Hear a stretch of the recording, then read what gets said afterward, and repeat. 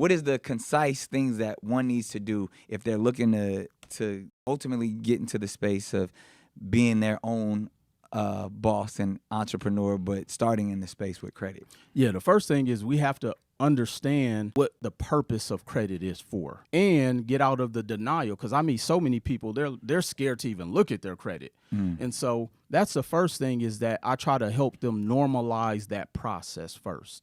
And even when I talk about, I have what I call, Nick, my 4 steps of, of ascending in life, from a financial standpoint. The first one is mindset. I have to first help people either unlearn everything they've learned or retrain them to think differently. That's a big step. That's a huge step. That's a big step. And so my whole focus, a lot of times, I don't talk about money. I talk about how you think about money. Okay. That's the first step. Number 2 is then we start to understand what credit is, the power of credit, how to leverage credit. Number 3 is understanding economics and how money work. And number 4 is assets. We have to understand what an asset is.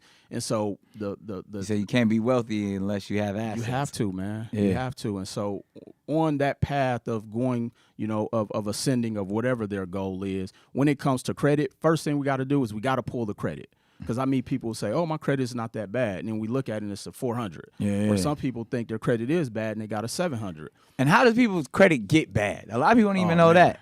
Like, So- they be having apartments in their name when they 2. You know what I'm saying? Well, I could tell you- Paying off furniture from Rent-A-Center and Sears and all that stuff that they never even Right. touched their credit before. Well, I could tell you firsthand, because I probably had one of the worst scores at one point. But, yeah, just being irresponsible financially.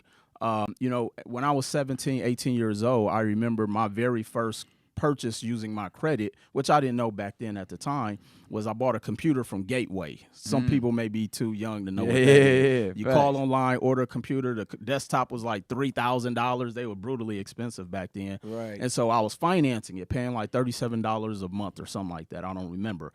And I missed payments. So anytime a company extends you credit, meaning they essentially will give you the product or service up front and you make monthly payments until you've met that full invoiced amount. If you are late, whatever their term is, meaning you have to make this payment every 30 days, if you are past day 30, and they can put a late payment on there, a late payment can drop a score 100 to 150 points. Really? Literally.